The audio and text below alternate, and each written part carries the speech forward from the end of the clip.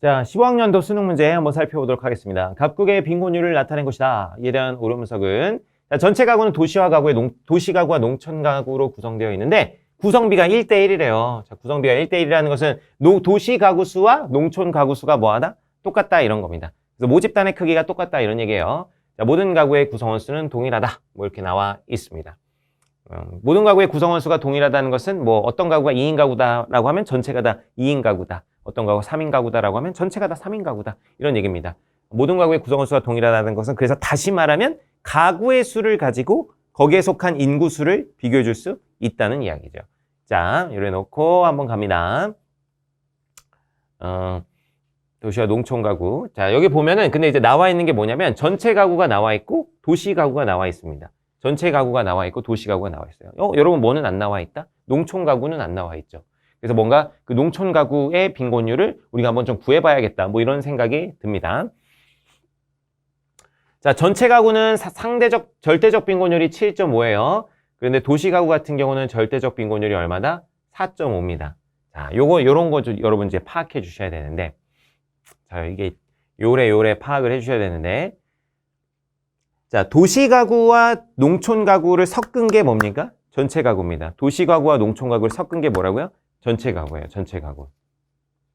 그런데 도시 가구의 절대적 빈곤율이 4.5인데 농촌이랑 섞었어. 농촌이랑 섞었더니 전체 가구의 빈곤율이 얼마가 나왔어? 7.5가 나왔어요. 자, 여러분 뭐 제가 자주 하는 비유인데 자, 맥주랑 소주랑 섞었다고 해봅시다. 맥주랑 소주랑 섞었다. 맥주의 알코올 농도는 5%다. 소주는 몇 프로다? 13%다. 이렇게 해서 섞었더니 소맥이 만들어졌다. 뭐 이런 얘기인데 이 5%랑 13%랑 섞었는데 18%가 절대 되지 않는다 그랬죠? 5랑 어디 사이에서 결정이 되는 거야? 13 사이에서 결정이 돼요. 자, 그런데 여러분 이 맥주의 양과 소주의 양을 똑같이 섞으면 자, 1대1로 섞으면 어떻게 됩니까? 자, 1대1로 딱 섞으면 어떻게 된다? 1대1로 섞으면 둘의 그 모집단의 크기가 똑같기 때문에 딱 평균값 중간에서 결정이 됩니다. 그래서 맥주랑 소주랑 섞었는데 1대1로 섞었으면 딱 중간에서 결정이 되는데 그럼 얼마니? 9%짜리 소맥이 되는 거죠. 딱 1대1로 섞었으면. 근데 만약에 소주를 더 많이 섞었다. 그러면 13%에 더 가까운 술이 될 것이고 맥주를 더 많이 섞었다. 그럼 5%에 더 가까운 약간 연한 술이 될 겁니다. 1대1로 섞었으면 딱 거기에 평균값이 나오는 거예요. 자, 그러면 자, 도시랑 농촌이랑 섞었는데 그게 7.5래. 7.5. 근데 도시 같은 경우는 얼마야? 도시는 4.5죠. 4.5. 자, 그럼 농촌이 얼마냐 이거야. 농촌이. 그래서 이 농촌을 이렇게 가로해서 한번 써볼게요. 그렇다면 농촌은 얼마냐? 자, 도시와 전체 사이가 얼마가? 여기서 3 차이 나죠. 3. 여기가 3 차이 나죠. 딱 중간 값이어야 되잖아. 그러면 도시와 전체 가구의 빈곤율 차이가 3 차이면 농촌하고도 똑같이 3 차이가 나야 돼. 근데 그러면 이제 얼마가 돼야 되는 거야? 10.5가 돼야 됩니다. 농촌 같은 경우는 10.5. 이거 두 개를 섞었더니 얼마가 되는 거야? 7.5가 되는 거잖아. 이것도 이렇게 3 차이 나야 되는 것처럼. 오케이? 그래서 도시랑 농촌이랑 섞었더니 7.5가 됐다 이거예요. 4.5랑 10.5랑 섞었더니 거기에서 이제 딱 중간값이 얼마가 나오는 거야? 7.5가 나오는 겁니다. 그럼 상대적 빈곤율도 한번 볼게요. 여기 도시 같은 경우는 8.0이고 전체는 10이죠. 그럼 여기 2 차이 나죠. 그러면은 농촌도 똑같이 2 차이 나야 돼요. 근데 이제 10보다는 커야 되니까 얼마? 여기는 12가 됩니다. 12. 농촌 같은 경우는 12. 그리고 여기도 이제 해볼게요. 11년 경우에도 도시랑 전체의 절대적 빈곤율 차이는 얼마야? 4네요. 4. 그럼 농촌은 얼마다? 12가 되겠죠. 12. 8하고 4 차이 나야 되니까. 여기 10이랑 9는 3 차이 나네요. 그러면은 여기 10이랑 역시 3 차이 나야 되니까 얼마가 된다? 15가 된다. 이렇게 됩니다. 그래서 농촌의 빈곤율도 확인해 줄 수 있어요. 이렇게 10.5, 12, 12, 15 이런 식으로 이제 농촌의 빈곤율을 확인할 수가 있습니다. 요거 이해되시죠? 자, 요래 놓고 한번 가보겠습니다. 자, 이렇게 우리가 알 수 있었던 이유는 뭐라고요? 도시와 농촌 가구의 구성비가 몇 대 몇이다? 1대1이다. 이렇게 똑같이 나와 있기 때문에 도시랑 농촌이랑 섞었을 때 딱 중간값이 전체 가구구나 이렇게 이제 확인할 수가 있기 때문에 이렇게 파악하실 수 있는 겁니다. 자, 요래 놓고 한번 가볼게요. 자, 기억. 전체 2010년 전체 가구의 소득 중 절대적 빈곤 가구의 소득이 차지하는 비율은 7.5 미만이다. 자, 요거 여러분 중요한데요.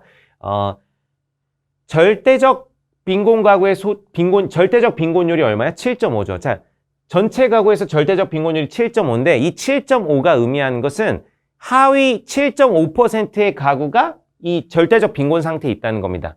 이 7.5는 뭐예요? 하위 가구예요. 소득이 낮은 7.5%의 가구다 이거죠. 그럼 걔네가 차지하는 소득은 전체에서 7.5 미만이다. 이거 맞을까 틀릴까? 이건 당연히 여러분 맞습니다. 선생님 이게 뭔 소리죠? 이해가 안 되는데요. 자, 여러분 예를 들어 보겠습니다. 예를 들면 여러분 반이 한 30명이라고 해봐요. 30명이라고 하는데 30명이 뭐 수학여행을 간다고 합시다. 수학여행을 가는데 뭐 어떤 예를 들면 뭐 섬으로 가는 거예요. 섬으로. 그래가지고 섬으로 가려면 배를 타야 돼. 배를 타야 되면 이제 적정 중량이 있겠죠. 그래서 적정 중량을 계산하려고 이 30명의 몸무게들을 다 이제 더해봤어. 그랬더니 평균적으로는 한 70kg인 거야, 애들이. 평균적으로 한 70kg 해가지고 30명 곱해주면 얼마니? 30명 곱해주면 2100kg 정도 되겠죠. 2100kg. 2100kg가 됩니다. 자, 근데 평균이 70이라는 거고 굉장히 멸치인 친구도 있고, 굉장히 약간 이렇게 파워후인 친구도 있을 거 아니에요. 그죠? 그러면 한번 생각해 보세요. 우리 반에서 가장 멸치인 30명에 한 10%를 뽑아보자. 우리 반에서 멸치인 10%, 가장 몸무게가 적게 나가는 10% 애들을 뽑았어. 그러면은 이 2100kg의 10%인 210보다는 당연히 어떻겠어요? 당연히 작습니다. 제 말 이해되죠? 하위 10% 뽑으면 얘네는 뭐 50kg, 60kg 이런 애들일 거 아니야. 그러니까 당연히 2100kg의 10%보다는 얘네의 몸무게가 뭐합니까? 작습니다. 제 말 이해되나요? 반면에 몸무게 많이 나가는 상위 10% 애들을 뽑았다고 해보자. 상위 10%. 파워우인 친구들 10%씩 뽑았다고 해보자고. 그럼 걔네는 90kg, 90kg 이상 나가겠지. 그러면은 상위 10%를 뽑았을 때는 이 2100의 10%인 210보다는 얘네가 뭐 할 거야? 더 많이 나갈 거란 말입니다. 제 말 이해되나요? 이 똑같은 거예요. 똑같은 거. 여기 7.5%라는 것은 절대적 빈곤에 속한 7.5%라는 것은 하위 7.5%예요. 그럼 얘네의 소득은 당연히 전체 소득에서 차지하는 비중이 당연히 7.5%보다는 뭐예요? 떨어지게 됩니다. 그래서 7.5% 미만이다. 이런 얘기입니다. 이런 건 반면에 상류층 7.5%를 뽑으면은 걔네가 차지하는 소득은 당연히 7.5%보다 훨씬 초과하겠죠. 상위 7.5%는 거의 뭐 몇십 프로 차지할 거예요. 우리나라에서. 그렇고 자, 니은 2011년 농촌에서 절대적 빈곤 가구는 2011년 농촌에서 이 농촌은 제가 여기 써놨죠. 농촌에서 절대적 빈곤 가구는 절대적 빈곤율이 일단 12%입니다. 12%. 모두 상대적 빈곤 가구에 속한다. 절대적 빈곤 12%고 상대적 빈곤 15%니까 이 12%는 당연히 다 이 15%에 들어가게 되어 있겠죠. 더 작은 건 더 큰 쪽에 속하게 됩니다. 그래서 니은도 맞다. 자, 디귿 2010년 대비 2011년에 도시와 달리 농촌에서 소득 불평등이 완화된다 그러는데 여러분 보세요. 농촌의 절대적 빈곤이 10.5에서 11로 올랐고요. 12에서 15로 올랐어요. 둘 다 완화되지 않고 농촌에선 소득 불평등이 강화됐습니다. 그래서 틀렸어요.